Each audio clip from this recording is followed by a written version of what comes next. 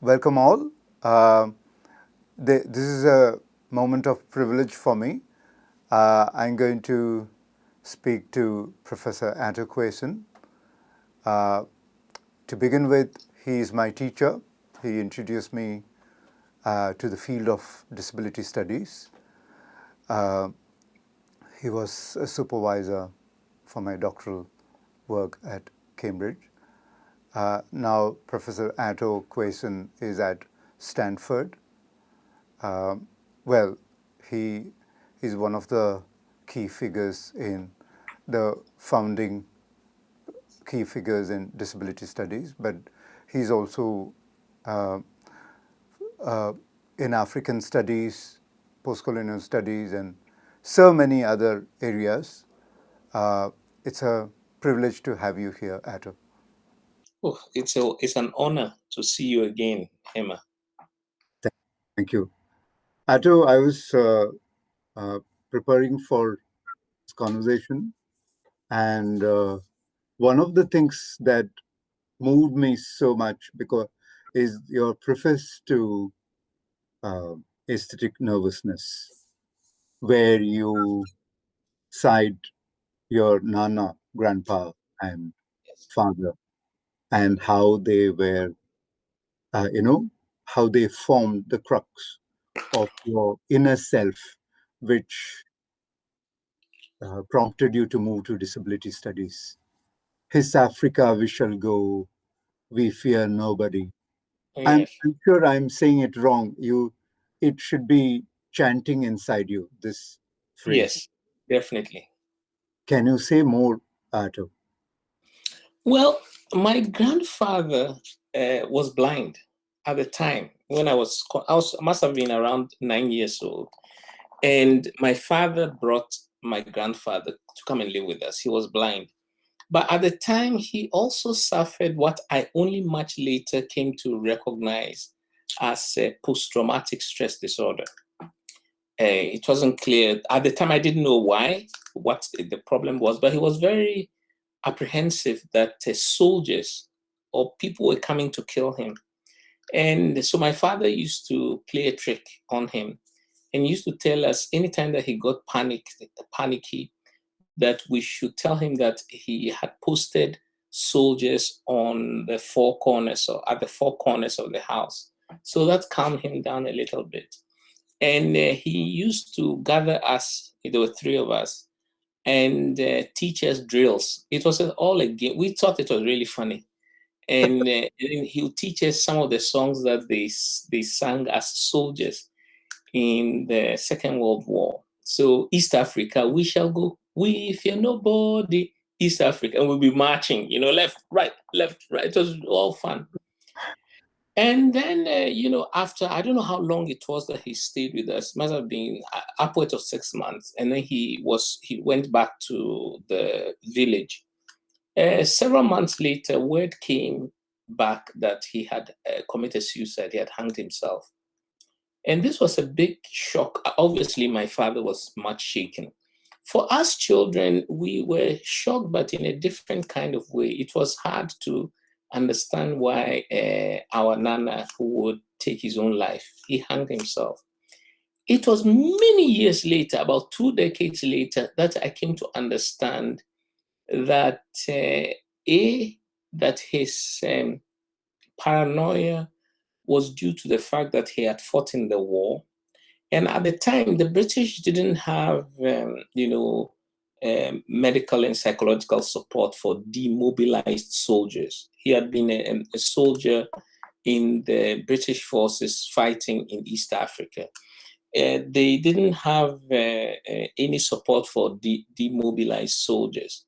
So obviously, he had been returned, and like many people who had gone to fight in the war, he was just returned back home. So the post-traumatic stress disorder of the war just stayed with him. So by the time he came to live with us, he must have been in his 70s, late 70s. And it was, as I said, it was much later that I came to realize that his mind had been populated with images of the war, which he could never cope with. And so remembering my grandfather was a big impetus, a push for me to try to understand, disability from multiple angles. So thanks for reminding me of him.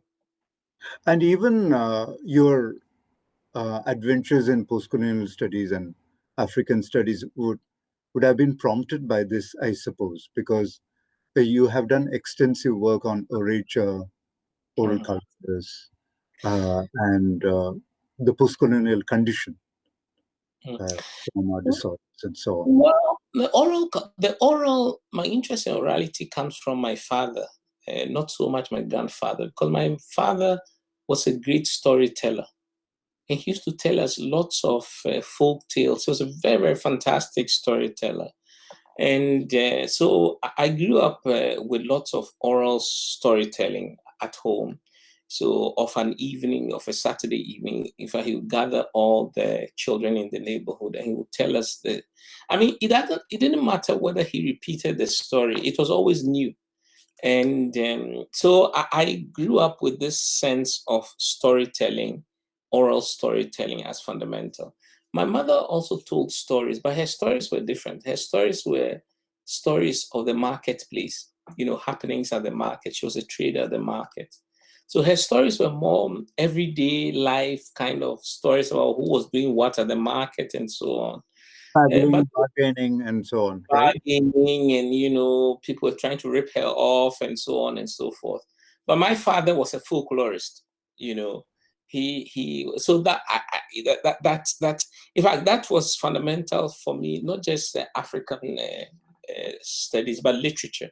The study of literature came from that idea that stories and anecdotes were fundamental to the structuring of how we understood life. I think you do mention it because you fondly remember how he was ecumenical in his reading habit, from Shakespeare to Oh yeah. refrigerator manuals. Yeah, you remember all that. Yeah. My father was an avid reader of anything printed. If the thing was printed, he would read it. So every morning I would have just my job to go and buy the daily newspapers. But all of them, so there were about 6 dailies. He would gather them all. He would try and read half of them before going to work and then half after work. And but he read everything. He read novels. He had, whatever it was that was printed, he was reading it. And as I said, he read Shakespeare. He read, when he was desperate, you would find him reading refrigerator manuals. And you never knew what he was. If it was printed, he would read it. So That's it. I also, got a taste for it by reading his library. So I used to read his books, and much of which I didn't understand at the time. But it was also a form of identification. He was an avid reader. I get that. I get that. So that makes me take to your seminal contribution to disability studies, which is aesthetic nervousness. Yes. What is nervousness, Ato? Can we start there? Let's start there. Well, my proposition at the time, and I still hold on to this, is that on the appearance of disability, either physically, say physically disabled person, or cognitive disability, there is a degree to which, various different degrees to which the standard protocols of representation, and by standard protocols of representation, I mean what the said text has itself established. So the text has established certain ways of seeing or knowing.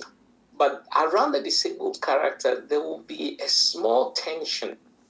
And that tension is a sign that the disabled character or figure unsettles the protocol of representation. And so that unsettling, I call the aesthetic nervousness. And of course, as you know, I try to illustrate it across a whole range So of many ways. Yes, yes. literary and Yeah. filmic texts. I like the word nervousness because of its visceral suggestion and viscerality in terms of text and the world. Yes, exactly. Yes, that's yeah. The nervousness is It's there's a kind of visceral response, but the text itself is struggling to accommodate the disability. See, what it opens up also is the process of writing, the process of reading, and the ways in which things unfold, such as character, plot, imagery, moral themes, and everything else unfold. But as they unfold, because of the presence of disability, there is a disruption, there is a short circuiting. That's your Exactly, yeah, short circuiting. yeah, That's right. yeah. It doesn't Actually, go full blown. mhm. Actually, there's an example that I often give to make this idea of the short circuiting or the aesthetic nervousness to make it clear.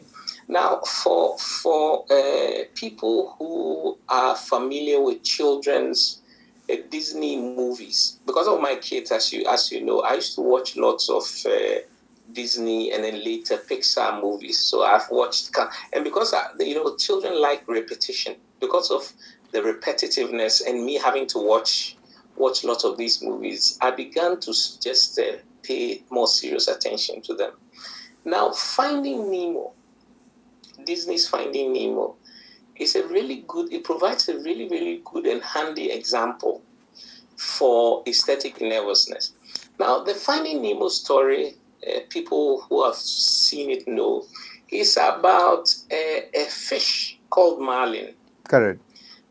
Yeah, marlin loses his son, Nemo, and he's distraught. Nemo has been captured and taken, it turns out, to Sydney Harbor, and sold to a really wicked young girl who puts him in a fish tank.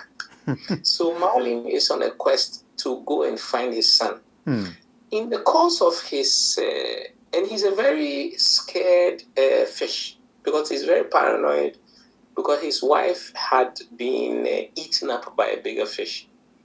Anyway, in the course of his quest for his son, he bumps into another fish who is blue. Now, marlin is orange, but the other fish is blue, and her name is Dory.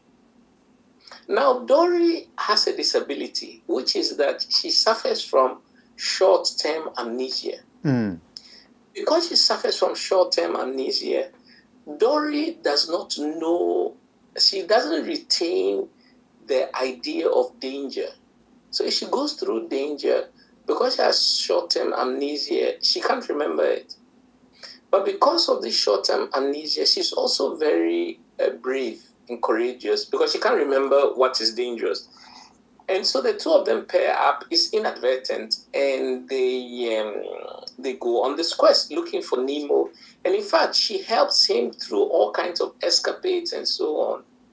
The point that I'm interested in is when they get on, they join a shoal of turtles swimming in the East Australian current, heading towards Sydney Harbour.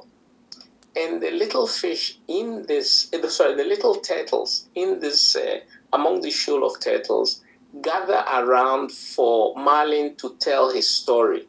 Now, this is where the aesthetic nervousness is coming in. The story that Marlin tells is the story that we viewers have seen up to that point in the film. So we have seen everything that Marlin is telling the little turtles. We have seen it. So all the adventures and so on. And as he regales them, the story is relayed throughout the ocean floor. First swordfish hear of it, and dolphins hear of it, and so on and so forth. So the story that he's telling becomes a kind of oral memory of what we have already seen, except for one small detail. In the story that Marlin tells, he doesn't mention Dory. Yes.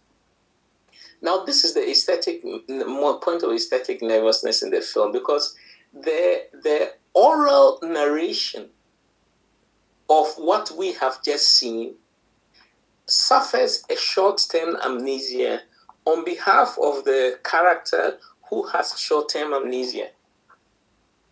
Yes. So that's a good example of aesthetic nervousness. So the plot gets cut short, the theme gets diverted, and there's an expectation of the readers, or in this case, audience gets disrupted. Or they ignore, because what that scene has done is that it has elevated Marlin to the status of a legend in his own time. Correct. But he could not have been a legend without the assistance of Dory. But the story, that the legendary accounts that the film, is almost like the film has paused to give us its own memory. But in giving us its own memory of what we have seen, it forgets the brave fish that has suffers from short-term amnesia. So at that particular point, there's a short-circuiting, and the short-circuiting is to remove the Dory, the short-term amnesiac fish, from the legendary account. I mean, you could also read it in a gender framework, because it's a she versus a he. Correct. But you also say that this shock circuiting happens between the domains of aesthetic and the ethical. Can you elaborate on that based on this story? Okay, the aesthetic, now the objective of the aesthetic domain is to postpone judgment. So the aesthetic domain doesn't want you to decide anything. That's not its job. Its job is to defer the question of judgment and subsume it under the exploration of beauty. So the aesthetic, that's the job of the aesthetic domain. The ethical domain is the opposite of the aesthetic domain, because the ethical domain requires you to establish ethical choices. So, for example, if you are reading a book or you are watching a film in which a man is beating up a woman, it is inviting you to make a judgment against the man, against the weaker person. So that's what the ethical domain does. The aesthetic domain does the opposite. It's trying to prevent you from closing off the aesthetic domain. What aesthetic nervousness of disability studies does is that it forces us to think about ethics and aesthetics at the same time. The disability does not allow us to ever ignore the ethical domain, because we know, unlike, let us say, a description of fruits, I'm just talking at random, in a novel, the description of a disabled person has correlatives in reality. Yeah, it refers to things outside the text. Exactly. And those correlatives indicate that there's something not quite right in the world that produces disability. So when you see it reflected in the novel and you recognize the short circuiting, it's forcing you to look outside the aesthetic domain and wonder what's happening in the real world and the forms of disablement. So, in a way, the pact between the reader and the text is always predetermined by the tropes that float around them, not necessarily from the text. The tropes, the tropology, and the discourse that inform disability shape the pact of the reader and the text, and therefore aesthetic nervousness.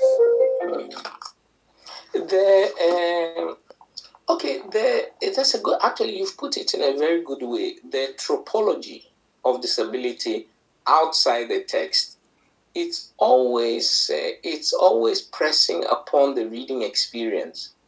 Now, there are other tropologies that impact upon our reading. Of course, nature is one of them, natural disasters and so on. But disability is different because it is, every culture has codifications for disability as either extraordinary or debased. So there's always this polarity. Either the disabled person is extraordinary, considered to have extraordinary powers, or they are debased. They are debased humans. Now, that tropology always impinges upon the way we read disabled characters.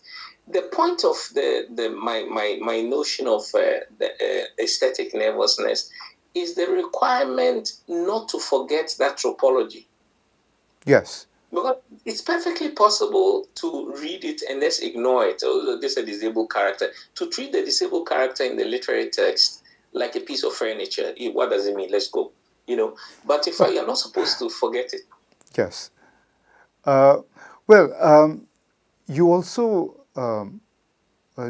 dwell deeply into the notion of sublime, because it is the notion of sublime that takes us there into nervousness, because when you are in the sublime, in the subliminal moment, the connect between abstract and the real collapses. That is where you. That is when you. That is when aesthetic nervousness happens. That's my understanding. Ato, correct me if I'm wrong. Well, the part of the sublime that I took was only one part. That the part that I took for what I was doing. And the reason why I say one part is that in Kant's discussion of the sublime, it has a tripartite structure. So first is what he calls the mathematical sublime. So there is the mathematical and the energetic sublime. The mathematical sublime is, say, a large mountain would be mathematical, whereas the energetic sublime would be a hurricane. The point of either the mountain or the hurricane is that the magnitude of them shows us humans as somehow inadequate in the face of magnitude. But the sublime, either mathematical or energetic, also elicits a compulsion to explain. So that elicitation, that, oh my God, the mountain is so huge, so I need to talk about it or try to explain it somehow. So that's phase two. Phase two is almost the compulsion to explain, but it comes with a failure. So the compulsion, because the sublime transcends our capacity to explain. The third part of Kant's discussion of the sublime, that's the part that I suspend. I didn't add it to my account, and which is that for Kant, there's an ultimate victory of reason, because he's really writing for the sake of reason, capital R. And once reason takes over, reason understands that the scale or the magnitude can be subjected to a reasonable accounting. That's the part that I left out. The part that I was interested in is the elicitation of our attempts to explain and our failure to explain it. Because often in first-time encounters, so what I'm going to say now applies not to, so if you've known the disabled person for all your life, you don't see what I'm going to say. But if you encounter them for the first time, so you never met this person before, you first encounter them, and they have a very bad scar across their right eye. The subliminal moment is that your first impulse is to ask why. What happened to your face? But the protocols of civil behavior disallow you from asking. It's not polite to ask. But the tension, shall I ask? So I wish I could ask, but you cannot ask, produces a kind of sometimes even anxiety. because you are at the back of your mind, you are trying to understand why does this person have such a bad gash on their left eye, and I'm talking of first time encounters.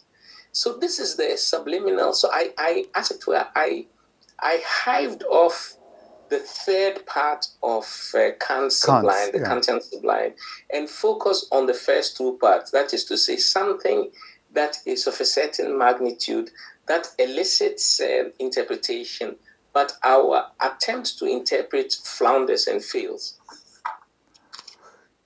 And is this point, I'm trying to understand this, because we also have now Rosemary Garland's Thompson of Stair, feminist understanding of disciplinary gaze, and all kinds of sentiments and affects connected, coming from disciplines such as aesthetics, a sentiment such as disgust, Yes. yeah, and so on.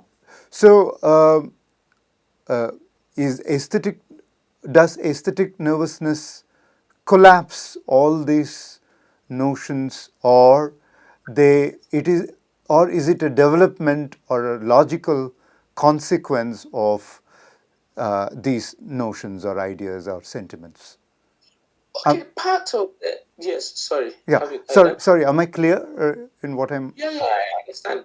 Yeah. Part of the nervousness also involves all kinds of panic. Part of the nervousness, there's a spectrum. The word nervousness covers a whole spectrum. That's right. Panic, bewilderment, nausea. Nausea also, la nausea, nausea, because the disabled person, depending on the context, is a figure of bafflement. It represents a kind of epistemological question. Some, not all, some disabled characters are written in literature in such a way as to be non-threatening, as to divulge a very fairly straightforward meaning. Others are not. Others, no matter how hard you think about them, you cannot understand them. The Greeks were very good at this. So Tiresias Tiresias was a hermaphrodite. It means he had both male and female genders. He was genitalia, and he was blind but was a prophet. So he crisscrosses and collapses all kinds of binaries. And so as a figure, as a disabled figure, he confounds any attempt to understand. This is a blind person who can see the future. Has both male and female genitalia, and always speaks truth to power. And we see Tiresias appear in both Oedipus Rex and in Antigone when he comes to confront Creon. Now, the figure of Tiresias is recalcitrant to interpretation. You cannot reduce Tiresias to one thing. He's recalcitrant. And he's also, in terms of the characters on stage interacting with him, a figure of awe.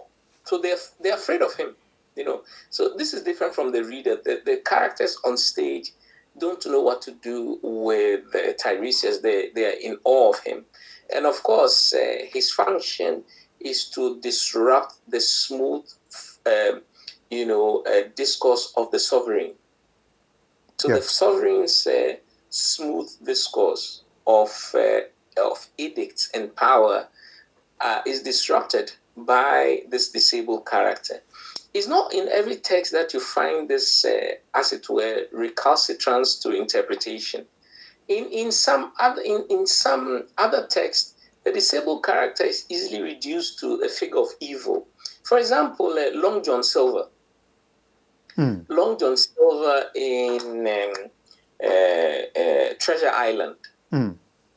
So contrast Long John Silver to Tiresias. Good example. Long John Silver is a very straightforward villain. Right. There's no complication to Long John Silver. So when you read as a young boy reading Treasure Island, you're supposed to be scared of Long John Silver because he's an evil person. Same with Captain Hook in Peter Pan.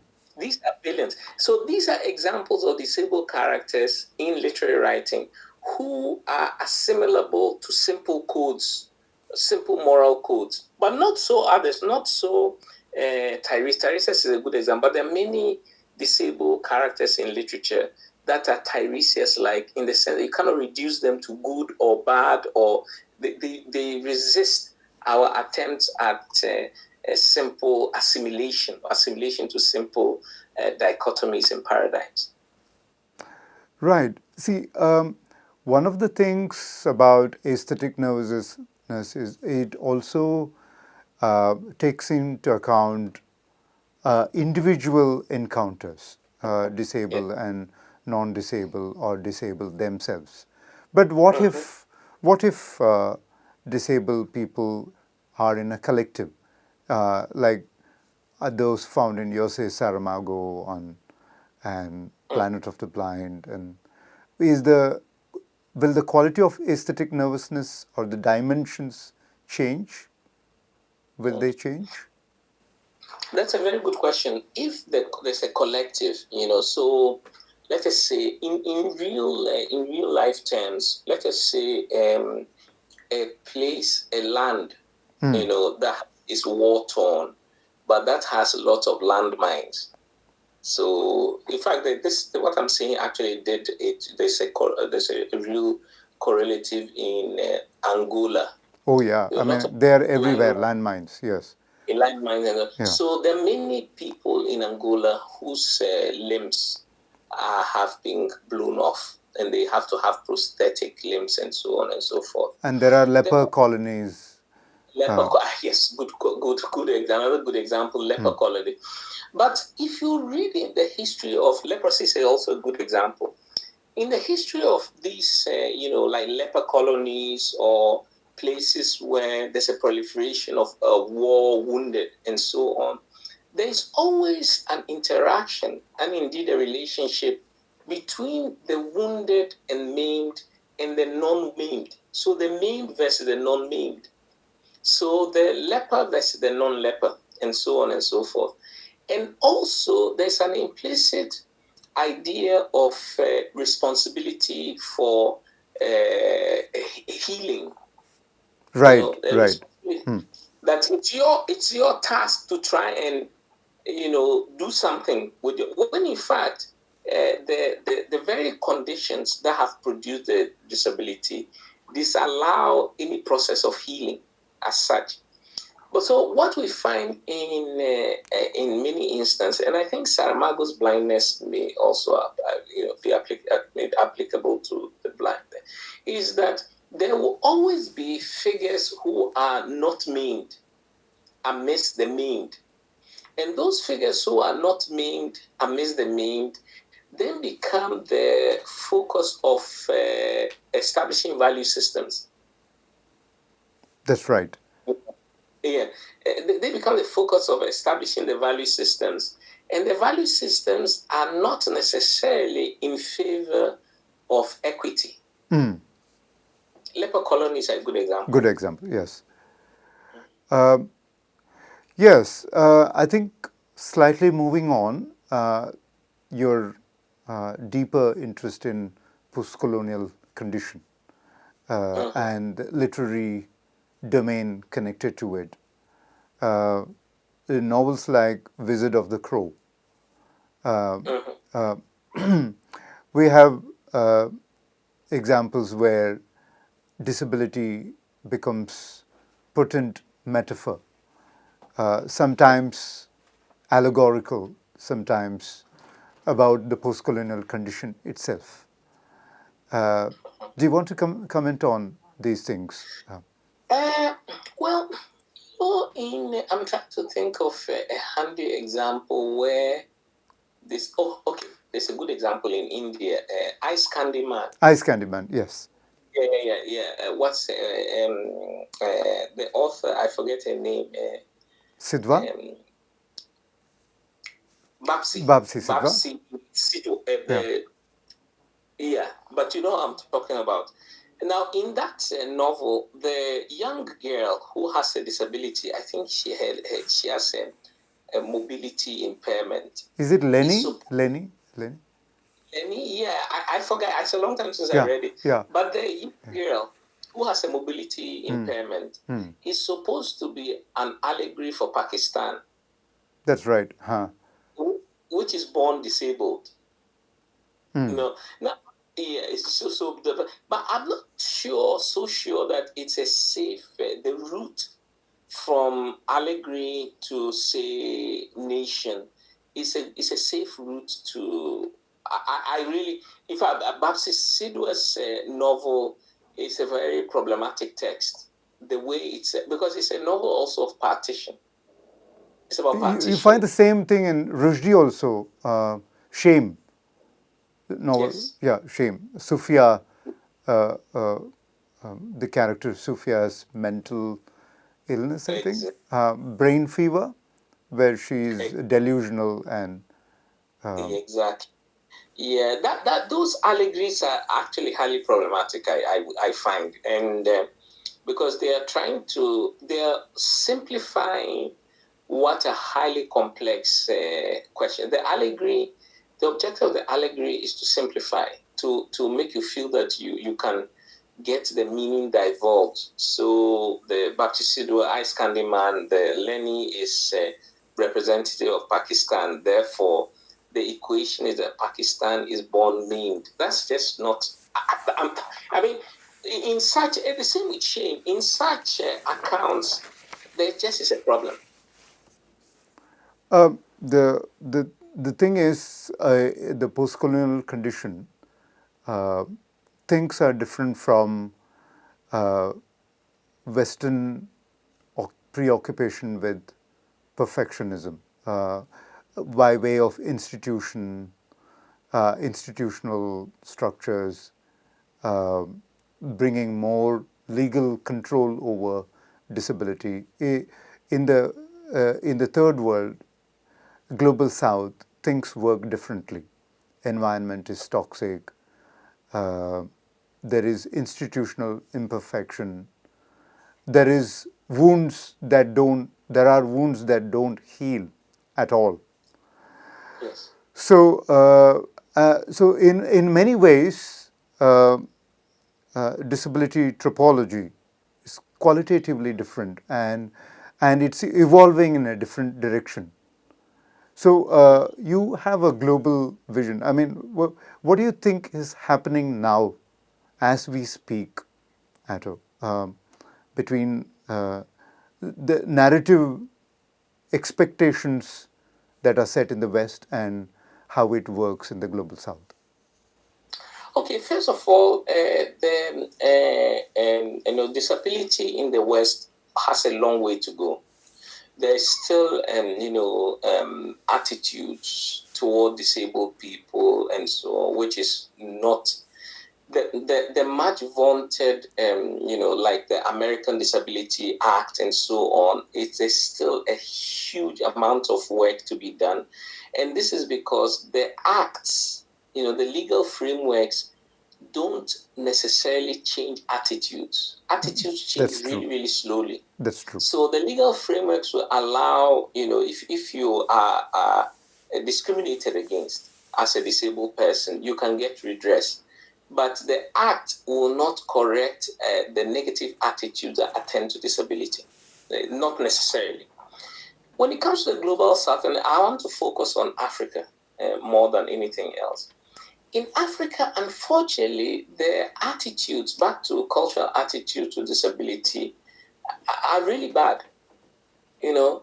So disabled people are considered to be the bearers of deficit, some forms of ethical deficit and even spiritual deficit. And it is not unusual to assign, for example, mental illness. Mental illness in traditional societies, mental illness is very easily recoded as witchcraft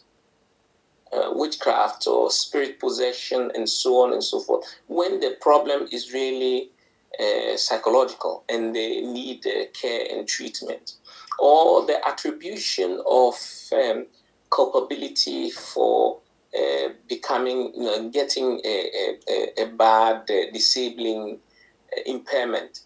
It's very, people are quick to say that it's something that you did in your previous life. And so, it is not the best. There have been moves in different countries. Ghana is one. In fact, Ghana has introduced a Disabilities Act. It's more than a decade old. It's quite old. But listen to this. I have to give you this example. And because it's my country, I can say it without embarrassment. The previous government, the president was called John Mahama, previous government. He did something which was unthinkable before his time, and which is he appointed a blind lawyer to be Minister for Chieftaincy Affairs. The man was blind, but very competent lawyer, and he became Minister for Chieftaincy Affairs. Now, you cannot imagine a more traditional domain than chieftaincy. We're talking of chiefs. There was a big hue and cry about why did the president appoint a blind person to be Minister for Chieftaincy Affairs. And the argument, listen to this, it wasn't about his competence or otherwise, but the fact that because they are chiefs, in the traditional world, a person who is not whole, who has an impairment, cannot lead his or her people. Oh, okay. Right. So the idea was that the guy is not whole, so that he shouldn't lead them who are whole. Ridiculous. The president ignored them, and the guy did a great job. But that came out, and we're talking of traditional authorities who have they're highly respected in the society. And this was their objection. They didn't say that the guy was incompetent or were afraid that they didn't cite anything about competence. What they cited is that it is wrong for someone who is not whole to be in charge of the ministry. So unfortunately, I wish I could say something better, more wholesome. But the brutal truth is that there's a long way to go in disability rights and consciousness in many parts of Africa. Unfortunately, it's very bad. That's the same everywhere, I guess. Ato, India, other parts of Asia, and West too. Because of the legal requirements, people can indulge in tokenism, but not really cultural inclusion. No. In terms of accessibility, gadgetry, and gizmos, things may work, but when it comes to cultural inclusion, access to sexuality, and all this, it's a massive domain that's not talked about, and it's still a taboo when it came to disability, for sure. Yeah. So it's not. That's just it.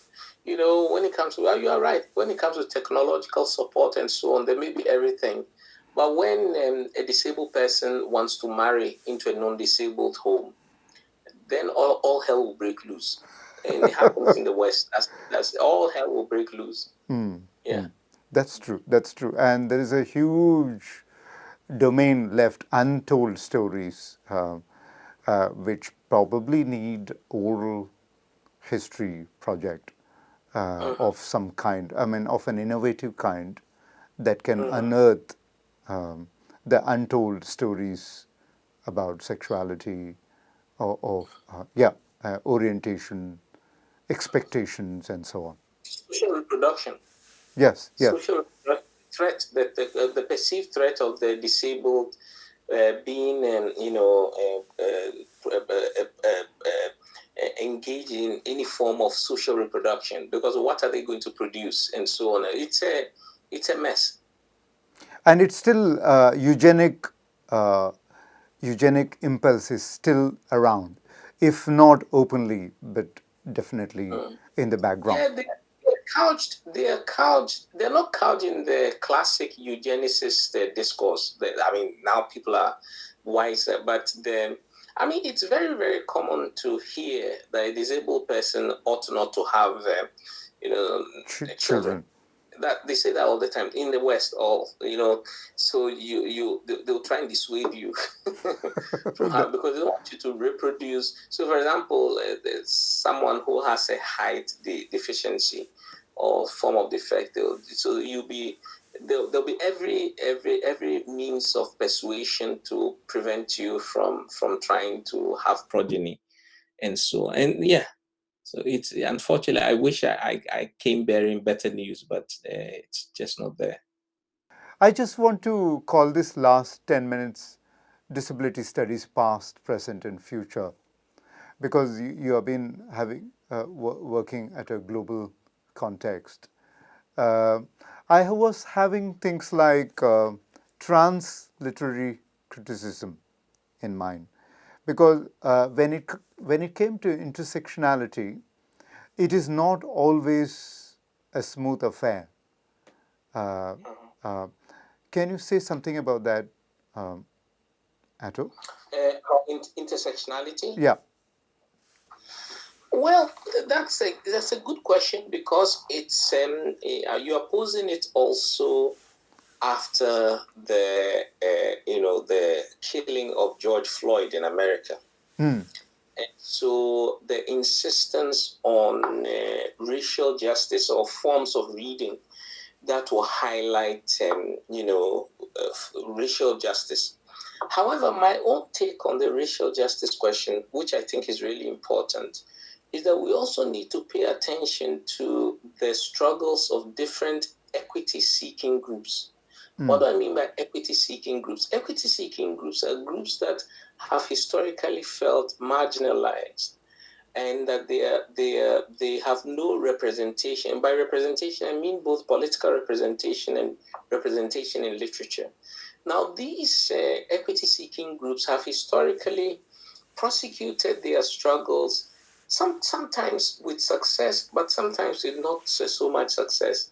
And if you were to assemble a list, to put together a list of equity-seeking groups, we would have to list among them women, disabled people, people of color, Native Americans and Aborigines. And I'm thinking here of a situation in Canada, the United States, and Australia. Would also have to think of categories like Black folk everywhere in the world, in the United States, definitely, but also in Europe. Dalits in India. We'll also have to add cultural categories like Jews. Yes. Jews, historically. Now, the interesting thing about intersectionality is that if you pay attention closely to the struggles of different equity-seeking groups, not just one group, but different groups, you will see that actually many of the tools of struggle for representation coincide. So apart from, let us pay greater attention to disability, or let us pay greater attention to women. There's also the argument about, by paying greater attention to women or disabled characters, we actually enrich how we see. The quality of our attention is actually augmented when we pay attention to the perspectives of these equity-seeking groups. Now, the more intersectional you're reading, that is to say, disability, Blackness, aboriginality, and so on, and even class, the more you can pay attention to a variety of equity-seeking perspectives, the richer the quality of your attention. I'm talking of as a literary critic. And so I myself think that it's important in reading for justice. In fact, we've just started a discussion here at Stanford about how do we read for justice, not just from postcolonial studies, but from wherever you are standing. So whatever literature you are interested in, it is possible to read for justice. How do you read for justice without ignoring the different forms of marginalization that appear in literary texts. So for you and I, our interest is disability. And of course, God knows that there's still a lot of work to be done. But if we want to think intersectionally, we have to think from the perspective of conjoined equity-seeking, perspectives. I think equity seeking may get strengthened if we pay attention to the literal and the literary at the same time. Because what is knowledge and how one come about to acquire that knowledge, if Yes. they are put on the same plane, then Yes. we can read for justice, I think. Yes. What Yes. Yeah. I agree. I agree with you. So that's how I understand the value of intersectionality. and is predominance of English anyway preventing some form of equity seeking? Because it's the scholarship around the globe, it's still not yet truly multilingual. It's anglicized. Is it anyway preventing equity seeking of some kind? I don't think so, really. The reason is that, for example, I speak like six languages. Okay. 6 languages, and of the six, like fluently, apart from English. But there are 6 languages in my own country. Okay. But the reason why I speak 6 languages is that monoculturalism is actually completely abnormal. In most parts of the world, people grew up no, not monoculturalism, monolingualism. Sorry, I take Yes. it back. Monolingualism is completely abnormal. In most parts of the world, people grew up multilingual. So it's It is always already multilingual in many ways. you're already multilingual, like in India. Oh, I of don't know the course. situation in India, but in where I grew up, you grew up playing in the streets with different kids from different backgrounds, and you learned their language to function around them. I speak fluently like 5 or 6 different languages. Monolingualism becomes normalized through educational systems whose interest is in imposing hierarchies. You're right. That 100%. it is the objective of educational systems to impose hierarchies by imposing one language, which then will help them to distinguish the competent versus the non-competent. So the educational system, that's its objective. But if you step out of the classroom, everywhere you go, multilingualism is the norm. So how do I answer this question? I don't think that the English first of all, English by itself is very much varied, Englishes. But the second thing is that English, no matter what it does, it cannot quell the vitality of multilingual contexts. Yes. Because people speak English with the infusion, code switching, with the infusion of the languages within their natural domains and habitats. And that is a good thing. It is education that tells us that you should only speak one language. In my culture, we say that a person who speaks only one language has something to hide. Yeah. If you speak one language because you have something to hide. That's right. That's right. Yeah. I think, as an aside, I want to mention the war against monolingualism is fought ably by deaf folks so well, which everybody can borrow from. But sorry, it's fought with by who? Deaf community. Oh, deaf community. Oh, yeah. And everyone, yeah, I get it. Yes. Yeah, deaf folks. Yes, of course. So the dominance of monolingualism is a fiction, and its objective is to create a complete artificial hierarchies. There's no reason why we should submit ourselves to monolingualism as the norm. It gets you, you speak English, so you can go travel to Ghana and Australia and so on and so forth and pass because you speak a language which is international. But you are also an Indian, and so you are supposed to traverse your own cultural landscape with languages that are not English. And it's a source, it should be a source of pride that you speak several of these languages well. There's no shame in it. Exactly. So going back, wrapping back to the beginning, material and the affective is something you are deeply interested, thanks to your contribution through aesthetic nervousness and so on. And I do feel a greater attention to both the domains, the material and the affective, can lead us towards fulfilling disability studies adventures in the future. That is how I want to conclude my conversation with you, Ato. Thanks so much for spending an hour. It's a Thank great you for privilege. a wonderful interview. It's so good to see you, and it's very good. I'm very pleased that we managed to interact at such a high level. Your questions are very tough, by the way. You are a rigorous interrogator.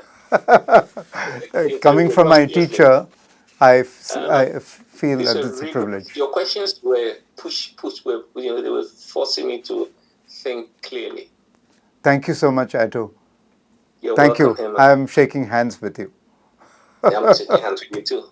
Thank you. Thank you. Bye bye. Thank you. Take care. Thank you very much. Yeah. Bye. Bye bye. Bye.